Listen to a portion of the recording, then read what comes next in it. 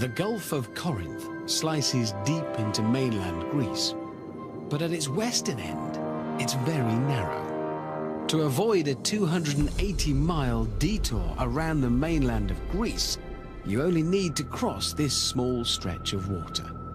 Sounds simple. On one side of the Gulf of Corinth, Rion. On the other, Antirio. You see what they did? Rion, Antirio. 100 years ago, the Greek Prime Minister dreamed of a bridge to connect the two places. Without some unprecedented engineering, that bridge would still be a dream.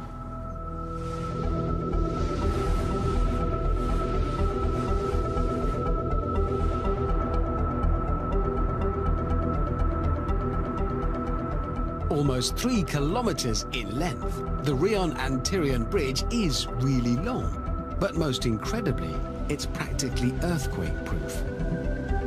Which is reassuring, as it sits in one of the most active seismic zones in all of Europe.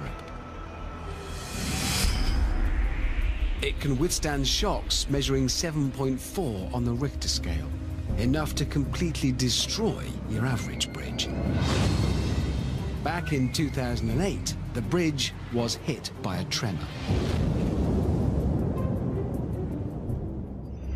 The shaking ground had caused buildings to collapse less than 25 kilometers away, killing 2 people and injuring many more. Amidst the chaos, the bridge survived unscathed, allowing emergency traffic to pass safely and quickly over the Gulf. But surprisingly, shaking ground wasn't the first challenge earthquakes posed to the bridge builders. Before they could start, they had to deal with what lay at the bottom of the sea. For the engineers, this was always going to be a bridge over troubled waters. Yeah, I know, sorry, but it was. Just getting started was going to be a huge engineering challenge. In fact, when they began, they still didn't know how they were going to lay their foundations. The sea here is 65 meters deep. It's a challenge in itself, but at the bottom, there's nothing but sand and silt for hundreds of meters down. There's no solid bedrock. And no solid bedrock means no solid foundations. Solid foundations are, of course, crucial to any structure, especially when they're shaken by frequent earthquakes. Combining a sandy seabed with seismic activity results in a relatively little-known danger from earthquakes, called liquefaction. In a tremor, soft, wet ground literally turns to liquid, which really is as bad as it sounds. Nobody in the world had ever before set out to build a bridge in these conditions. The engineers came up with a solution that seems to defy logic. But first, why does a tremor turn sand and water into a liquid? I've created an earthquake machine to replicate the conditions at the bottom of the Gulf of Corinth.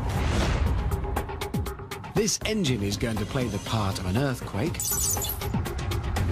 The sand and water can play themselves, and to get a bone-shaking feel for the problem, I'll be the bridge itself.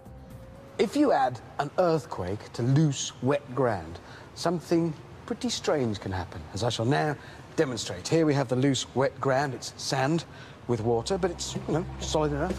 Standing in here quite happily. OK, if we're ready then, chaps, take it away.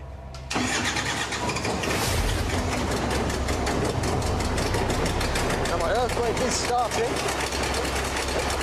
It is really very loud and very shaky. And straight away I see water coming to the top. In fact, I think I'm starting to sink. That's a lot of water.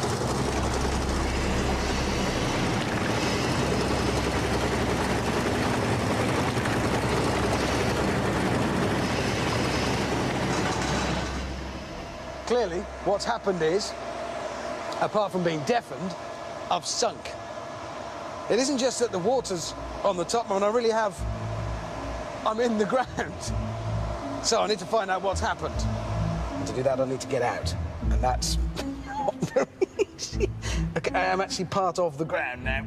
Yeah, okay. There's no approved technique for doing this, obviously, because... hold on. Yeah. Obviously, in the Western movie version of this, I'd get my horse by the side of the quicksand and he'd pull me out with a reins. Okay. The ground holds me up fine before the earthquake. Then it turns into quicksand. As it's shaken, the whole thing changes from solid to liquid. It liquefies, and I sink. Geotechnical engineer Stuart Haig explains that the key is that the sand is wet. When the sand particles are shaken, the spaces in between them, or the pores, try and get smaller, and the water that's in there gets squashed and the pressure goes up. Once that happens, whatever's standing on top of it, whether it's you or a building, sinks into the ground.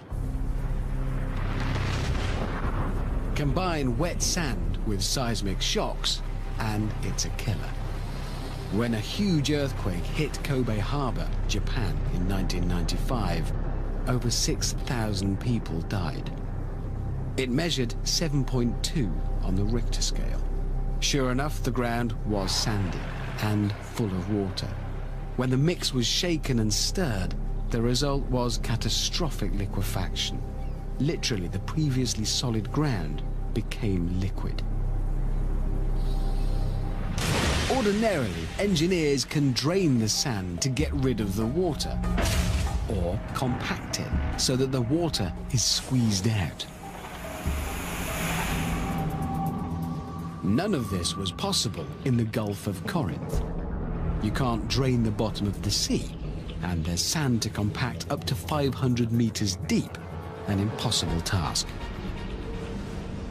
There was no solution in the bridge builder's manual, so the Rion designers had to come up with their own, which they did, thanks to incense. This is vetiver grass, and it's used to make incense, thanks to a sweet-smelling volatile oil in the roots. But it wasn't the oil they were after.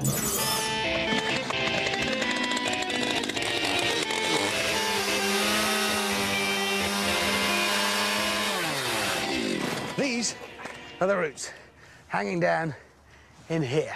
These contain an oil that really does smell lovely. Now, this grass originates in swamps in India, so harvesting it was horribly difficult, snakes and awful conditions. The growers soon learnt to grow it in places more convenient for harvesting, on riverbanks. And what they then noticed was that these roots, which can grow up to 7 meters long in fully grown plants, stabilised the soft ground they were growing in. And that's what interested the bridge designers. The way that the long, thin roots of the vetiver grass stabilised riverbanks worked for the bridge engineers too. With my own earthquake rig, I'm going to put their solution to the test. Here you go, Jim. Is this it? That's it. And just this many? I've got, what, 6 of them? 6 will be fine. And it's going to be an earthquake of the same strength as before. OK, well, look, I'm going to trust you and your theory. I'm not going to put my waders back on. I'm going to go in. I shall wear just my new boots. You'll be fine. Really? Yeah.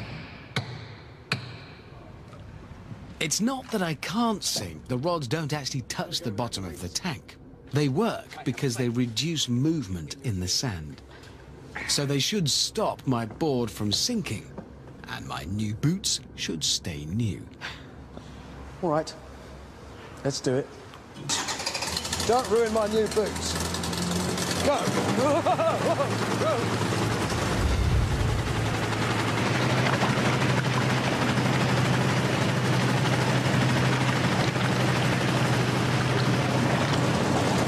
I'm not going any further.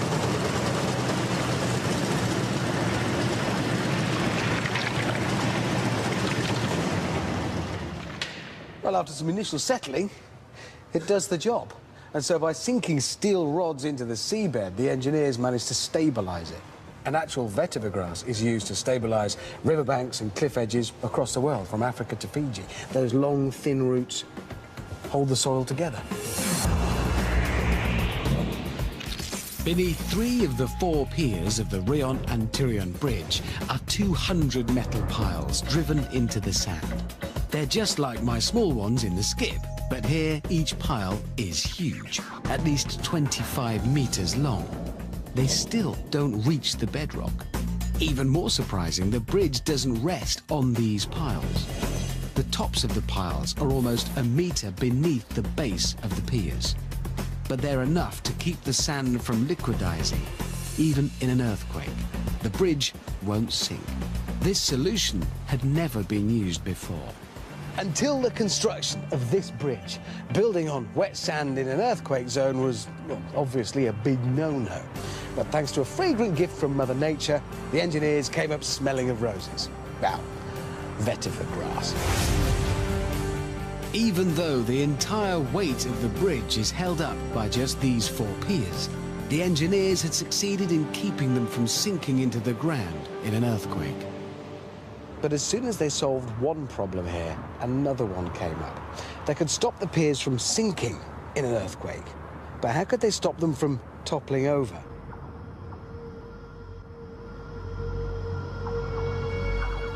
In an earthquake, the Earth moves vigorously from side to side and would take the gigantic piers with it. That could be a big problem for a big bridge. Phil Corbett has offered to take me a bit closer to the problem. The piers are actually hollow, so I'm going to go right down to the bottom of them. This is just the first floor down, and I'm starting to get a real sense of what I've taken on. Oh!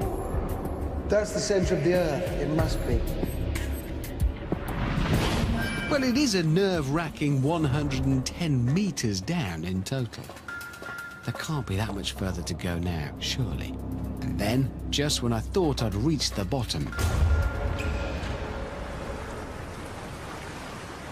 Well, I've been climbing down ladders and stairs for what felt like weeks, and this is all I've done.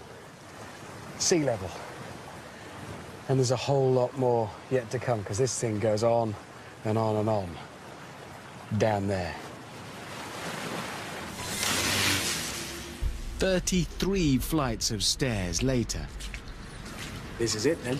Bottom of the sea, 65 meters above, is the surface of the sea. Under there, the bed.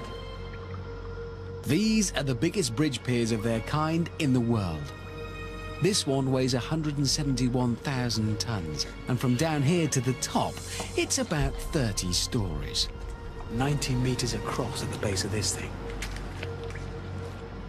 In an earthquake, it is almost impossible to imagine, but to keep it from falling over, this whole gigantic tower needs to move freely from side to side.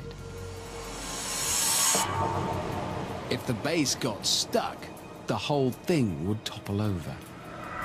The engineers need to make sure that each pier can move freely. So what to do? The answer to that lies in an age-old winter pastime. The Antirio Bridge has one thing in common with winter sports. They both involve moving freely, sliding. Of course, tempting as it is, I didn't come here to play in the snow.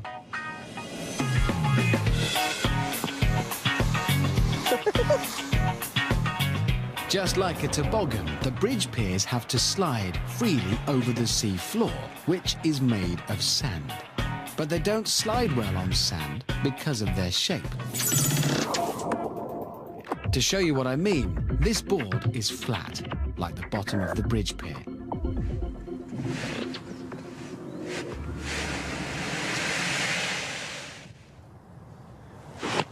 yeah.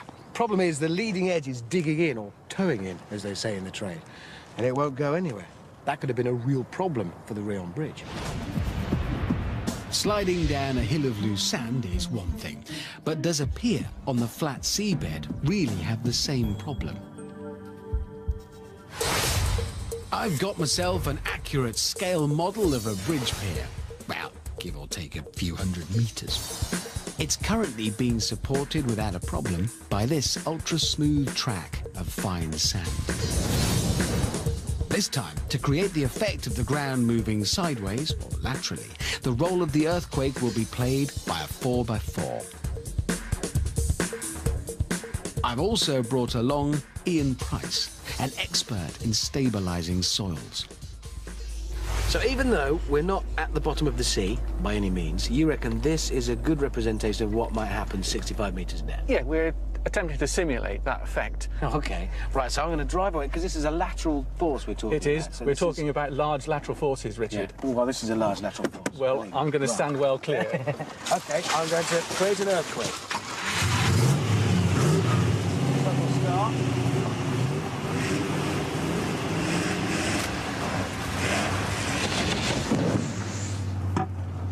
Ah.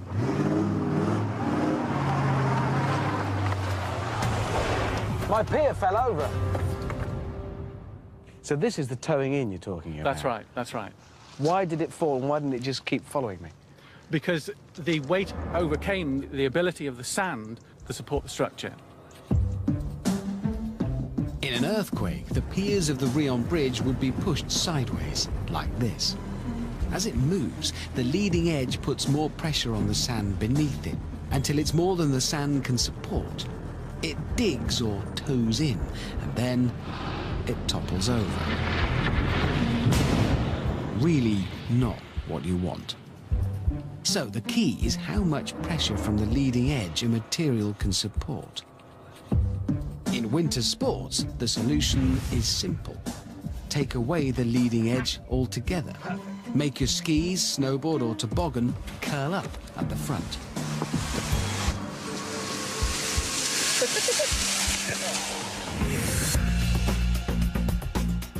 That's fine for a toboggan, but making mammoth pier bases that curl up like giant sleds would be virtually impossible to construct. They needed another solution. The one they chose was extreme. Rather than change the shape of the piers, they decided to change the surface of the seabed. For their solution, the bridge engineers needed to understand why you tow in to soft material. I've got to ask, why is there a paddling pool full of what appears to be mashed potato? Well, this demonstrates what the engineers found on the site of the Rion-Atrion Bridge. What we have there is silts and clays, which are very, very soft, very analogous to mashed potato. And there is no way sands will support the weight of a structure. So try it yourself, Richard. What? See if... Get in. Yeah, why not? All right, fair enough. This is not something I've done before. Right, so I'm the bridge. Oh, clearly, yeah. Mashed potato isn't going to be up to the job. Yeah, mash is obviously too soft to support me. But there is a way that exactly the same stuff can support more pressure. These, then, are just potatoes. They are. And they work perfectly. They'll support me. So, obviously, those potatoes are mashed and these aren't, but there's still a paddling pool full of potatoes. What's the difference? Why does this work and that doesn't? The difference is particle size. Potatoes are larger particle size, and consequently, you get increased bearing resistance. So just the bigger particle size, same material, actually, but smaller particles of it over there, and I sink down through them, bigger particles here, and they can hold up more weight. That's right. So the answer to the bridge builders' problems, then, was potato. Well, not exactly potatoes, but a larger particle size, gravel. So, gravel was just what the engineers needed. Instead of changing the shape of the piers to make them curl up at the edges, they changed the sea bed with a layer of gravel. A huge job. I'm going to create another 4x4 earthquake and put the pier on a gravel base. It should support the leading edge so it won't tow in and fall over. So the only change this time is we replace the sand with gravel. Yes. And this will make all the difference. Yes. You reckon? Oh, I think so. I'm going to bring on an earthquake. Stand by.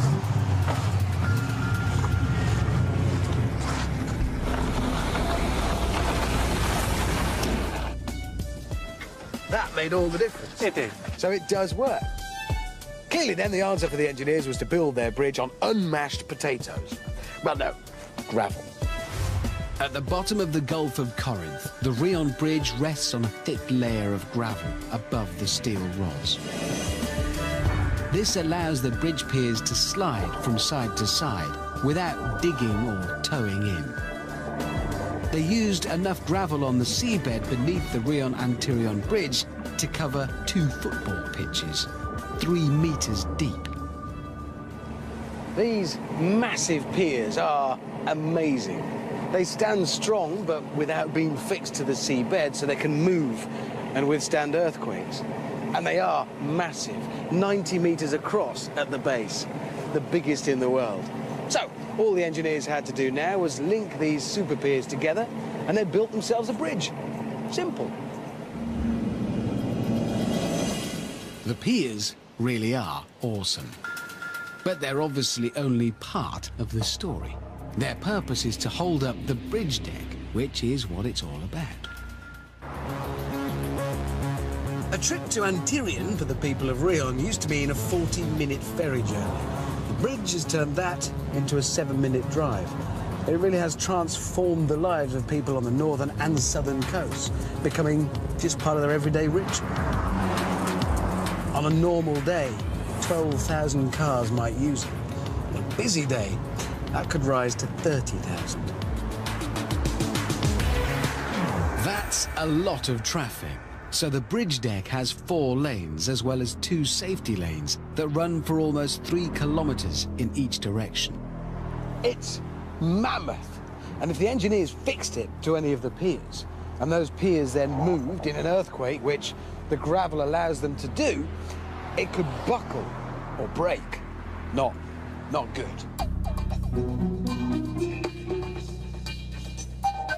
Right, what we need now is another of my earthquake demonstrations. This one is going to require a little imagination, bear with me. This is my road deck, which I'm going to fit, well, to this boat. But for the purposes of this, the boat represents the piers of the bridge. So that's the piers here supporting the road deck, concrete and steel fixed to it solidly.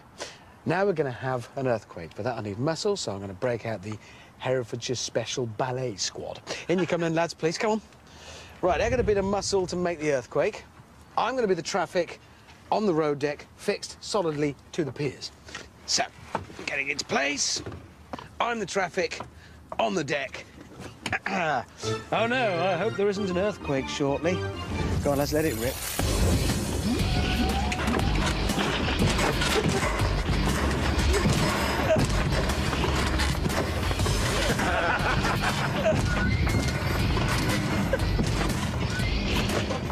As an experience, it's unpleasant, but if this were a road deck on a bridge, and I were heavy traffic on it, clearly the stresses that the materials will be subject to, catastrophic. It's not going to work. One earthquake, the whole thing could collapse.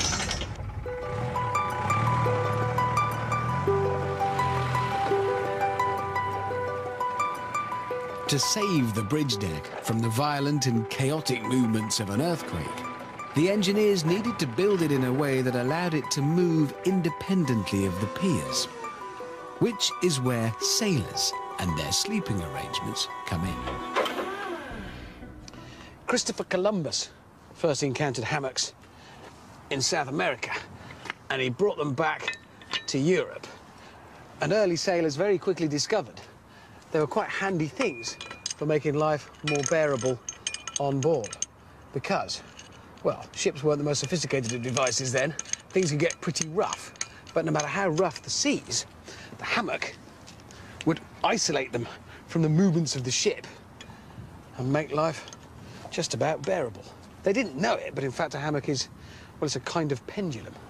And it has a steady rate it wants to move at, which it will do regardless of what's going on around it. And it meant sailors were more comfortable, and what's good enough for them is actually good enough for the bridge. So just as a pendulum, or rather a hammock, swings gently on board a ship in rough seas, it ought to make my ride on the earthquake simulator a bit smoother too. Here is my modified bridge. Remember, the boat represents the bridge piers, the structure. This hammock now represents the deck, slung between them. Right, I need to break out the boys to hold the bridge steady first of all, please. And then, I hope there isn't another earthquake. Right, I'm getting onto the road deck, which now is slung pendulum style, just like a hammock. Goodness, what if an earthquake were to occur right now when I'm on this bridge? And actually it is already, and straight away. What's happening here is the hammock, the pendulum suspension, is isolating me from the movement of the piers. Even when things get pretty bad, I mean, this is a pretty disastrous earthquake we're experiencing right now. The pendulum is turning chaotic movement into something a bit more predictable and a lot more gentle. And I can imagine straight away how this would stay standing.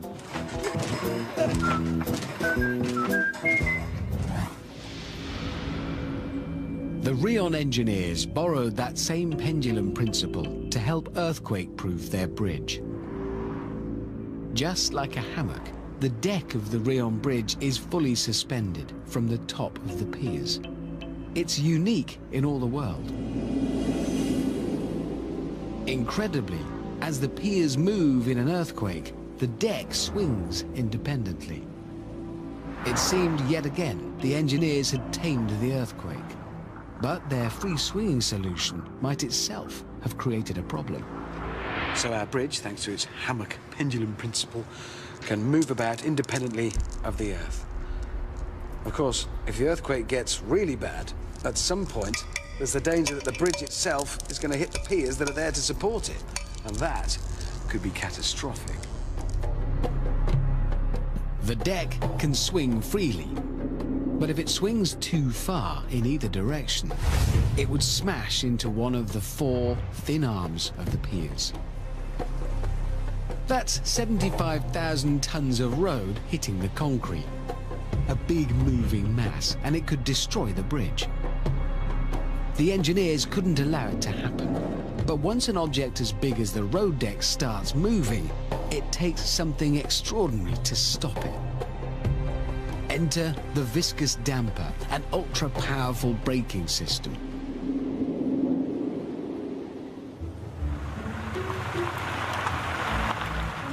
To experience a viscous damper firsthand, I've devised a little experiment. Demonstration. First, I'm going to show what happens with no brakes, no viscous damper. That in front of me is a teeter-totter. Basically, it's a giant seesaw. But this is no playground. And that is a mighty big drop at the other side. And this, in my car, is a roll cage, just in case my confidence outstrips my skill. Right, all I'm going to do is drive up there. It's my job to drive up it, past the pivot point, and then let gravity do its worst. Of course, the higher I go, the further I'm going to fall. I'm not enjoying this at all. The pivot point must be somewhere about here. This is just horrible. I can't see a thing. I don't know where I'm going. At some point, I know something bad's going to happen. That much is guaranteed. I can smell clutch. Ooh. Ooh. That's not very hot. For the purposes of this demonstration, what just happened to my car as it hit the tarmac is the equivalent of the free-swinging bridge deck violently hitting the pier that holds it up during an earthquake. If the deck swung hard enough, it could break the bridge. The engineers needed to slow the deck movement, and I need to stop the seesaw banging down so hard. We both need some brakes, which is where viscous damping comes in. It's a braking system where you use a liquid to resist movement. If you've ever tried to run in a swimming pool, you'll know all about the resistance water can create. This black box is going to be full of water, and there's also a fan in there, which will have to move through it, absorbing all the energy from the seesaw. It's a brake. This is a viscous damper. It's basically a liquid, in this case, water, that slows the movement. Should give me a softer landing. Only one way to find out.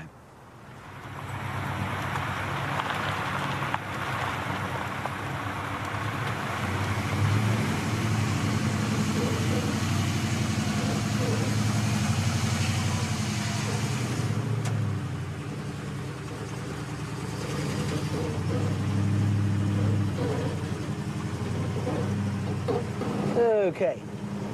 Any minute now we should approach balance point.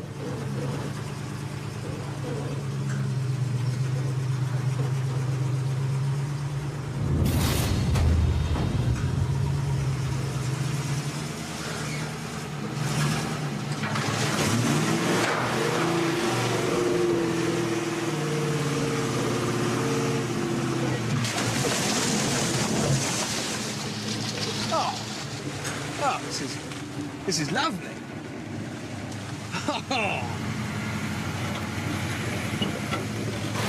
That really does work perfectly. What happens is the vertical motion of the teeter-totter, of the seesaw, is slowed down by the rotary motion Of the fan inside the liquid. Essentially what it does is turn some of that energy, that kinetic energy, into heat inside the damper. It gives me a much, much softer landing, kind of to my car.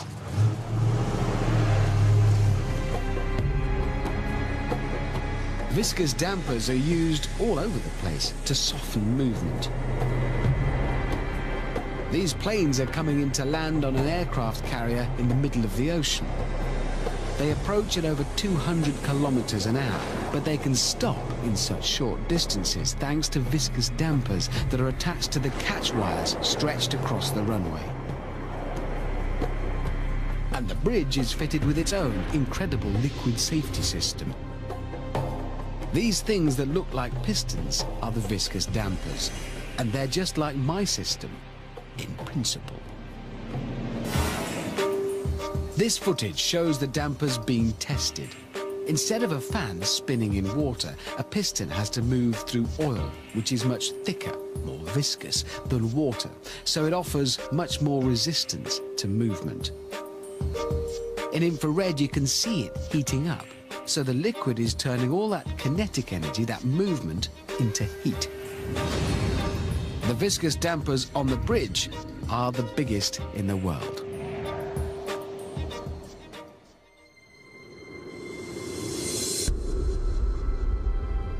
Slinging the road deck like a hammock allows the bridge deck to move, and the viscous dampers stop it from moving too much so it doesn't hit the arms of the piers and shake itself to bits. The designers made this extraordinary bridge uniquely earthquake-proof, with unprecedented solutions. But all this flexibility created a further problem, because earthquakes aren't the only natural hazard in this region. Mother Nature has another trick up her sleeve. This narrow stretch of the Gulf of Corinth, with mountains on either side, makes a natural wind tunnel. A flexible bridge is good for withstanding earthquakes, but it's bad when it's windy. Even with the dampers to soften the movement, near constant winds in the Gulf mean the bridge would be swaying constantly. An impossible choice, then, for the engineers. Make the bridge flexible enough to cope with an earthquake. And on normal days, when there isn't an earthquake, it would swing so violently it would be uncrossable thanks to the winds in the Gulf of Corinth. But make it strong enough to cope with the wind by fixing it firmly in place. And when there is an earthquake, it'll snap and crumble into an 800 million euro pile of rubble. The answer to their conundrum lies in this fizzy pop cap. Engineers don't usually design things to fail. They build them to withstand the daily challenges they will face, to be strong and rugged, and to stay that way. Help Luckily for the Rion Bridge, an inventor threw away the usual rules of engineering after a frustrating picnic. He needed a new way of opening a can. The humble tin can has been around for 200 years. It can keep produce fresh for decades and transformed the food industry. But they weren't designed for easy access. Getting into them required some muscle.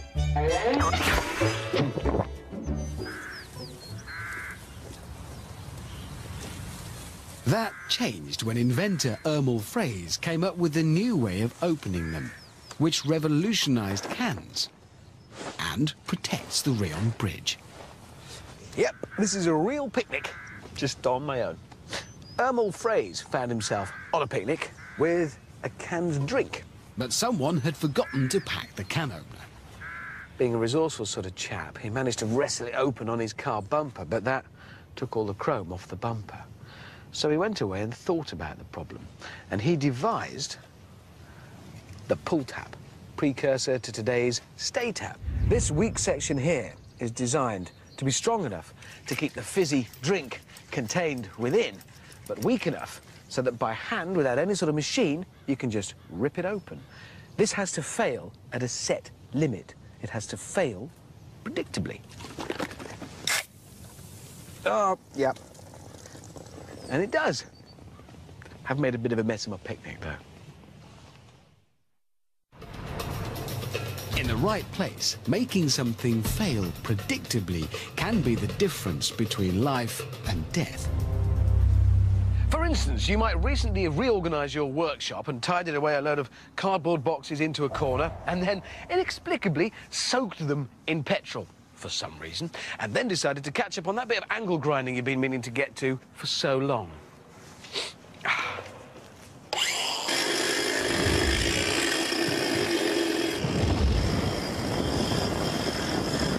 Oh no! There's a fire! That could be a real problem without predictable failure, which is what's just happened.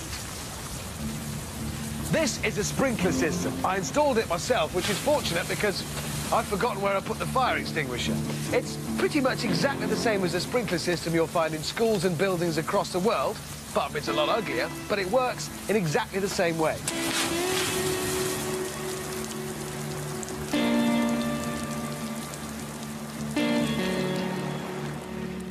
Disaster averted. And here's how it works. This is the sprinkler system. The job it's got to do sounds pretty complicated. It's got to automatically detect a fire and then automatically put it out. But the way it does that is pretty simple. This is the kind of thing you will have seen sticking out of the ceiling in offices and shops and schools. These are connected to a water pipe along here. Now, before they've been triggered, they feature this little glass vial. This has been designed so that at 68 degrees, it breaks. The red liquid boils at exactly 68 degrees. That makes the pressure inside high enough to break the glass.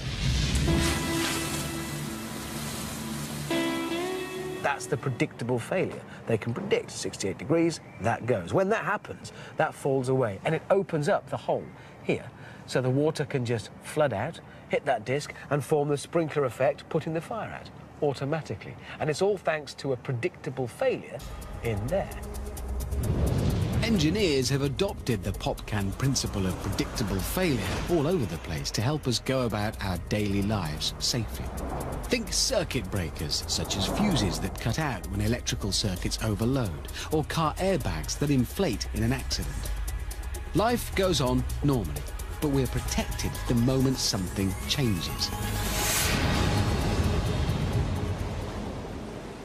So how does predictable failure help the bridge against winds? You stop the bridge moving unless it's struck by a massive shock. You don't allow wind pressure to swing it, but it breaks free and protects itself in an earthquake. Dr. Papanikolaos showed me how the combination of the fizzy pop can theory and the viscous dampers keep the bridge safe. So, where are the predictable failures in here, then? Because it all looks massive and solid. Okay. What you have here is the deck. It is laterally supported by the dampers. And in the middle one, you have what we call a strut. Oh, so that solves the problem of the wind. That Of the one in wind, in the because middle of those. during every day, you don't want the bridge to swing back and forth. Yeah. Inside each strut, there's a so-called fuse. It's designed to break at a set limit, just like a ring pull. When the load gets too big, it fails. The fuses can take the load of even the strongest winds, but when an earthquake hits and the load exceeds the preset limit, they break, and those huge viscous dampers start to work. And this isn't just theory. This CCTV footage caught the action in June 2008. A magnitude 6.5 earthquake hit the bridge. The fuse snapped and the dampers sprang into action. It worked. So as designers, as engineers, seeing your creation actually work and do what you always knew it would do, but actually seeing it for real must have been amazing. Yes, it's an unbelievable feeling. Yeah. This is the feeling of engineering. An earthquake and windproof bridge, all thanks to predictable failure, courtesy of Ermal Fraser's Easy Open drinks can. Well, that covers just about everything. Foundations, earthquake-proofed. Check. Piers, the deck, earthquake and windproofed. Check. Oh, no, hold on. We've forgotten something. The cables. Believe it or not, the same cables that hold the road deck could pose a mortal threat to the bridge. Not because of earthquakes, not even because of gale-force winds. Just a gentle breeze can be lethal. Nearly 10,000 kilometers away in Baytown, Texas, the cables of the Fred Hartman Bridge began to look a lot less than solid. Spring 1997, 2 years after the bridge opened. In winds as low as 18 kilometers an hour, the cables bounced up and down ferociously. This happened time and time again.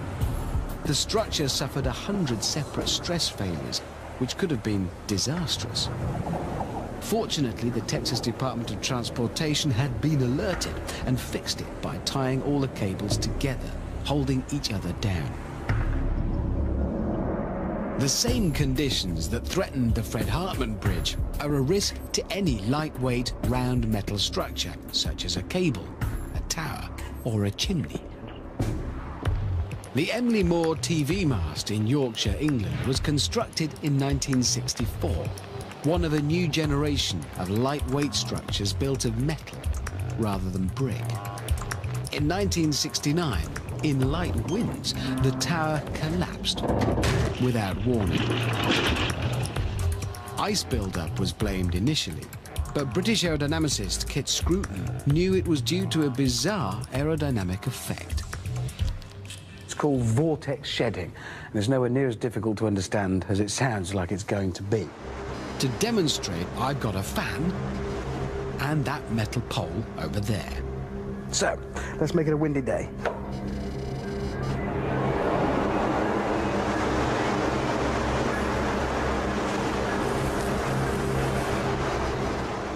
That vibration is caused by swirls of air. This specially shot footage shows exactly what's happening. You can see the swirls moving from side to side. That's called vortex shedding. Any round structure creates these swirls of air, which can pull it one way and then the other. You've got to remember, of course, that that's not the wind buffeting it. It's not gusting that's causing that shaking to happen. It's one vortex being shed after another that makes it vibrate like that.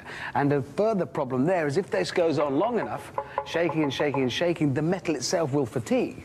It can be a catastrophic failure. It moves towers from side to side, and it can move cables on bridges up and down, as the Fred Hartman Bridge in Texas can testify. Fortunately, British aerodynamicist Kit Scruton worked out how to overcome the lethal threat from vortex shedding. He invented the helical strake. A helical strake is a strip of metal that winds like a big coiled spring around the top of tall steel towers today. It keeps them safe from the powers of vortex shedding. Yeah, now I know it looks like what I've done is tie blue string around another tower, but this is more than that. This is a helical strake. The theory runs, what this does is, as the wind arrives at the structure, instead of a vortex forming the length of it, rolling around and shedding, and then another one, which sets up that movement, it breaks those vortices up. And that simple act, breaking them up and changing the time at which they come around, evens the whole process out. No vibration, no failure of the structure. That's the theory. Now I'm going to make it a windy day and test it.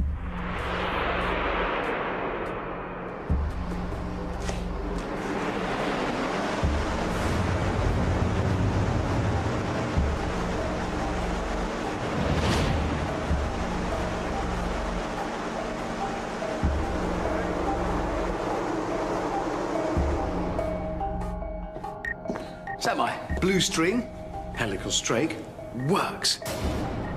And now you can see them everywhere. Just take a look next time you're out. And back on the Antirio bridge, every cable is fitted with one of Kit Scruton's helical strakes.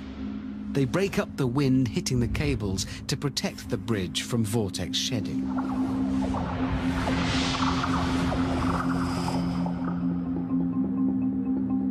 On top of everything else, to accommodate for the fact that Rion is moving away from Antirio, the bridge has the largest expansion joints in the world, allowing for the two coasts to drift 5 meters away from each other. Now, what have they done to protect against possible meteor strikes? Well, it's a thought.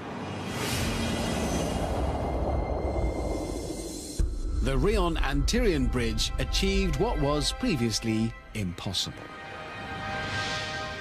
In an active earthquake zone and natural wind tunnel, and without bedrock for foundations, the engineers created a magnificent design that overcame each of these hurdles. Remarkably, despite the need for unprecedented engineering solutions, the bridge opened 4 months ahead of schedule, fulfilling a century-old dream. Now it's part of the daily life of the people of Rion and Antirio. But the effect has been felt far beyond these 2 small towns, because it has effectively redrawn the map of Greece.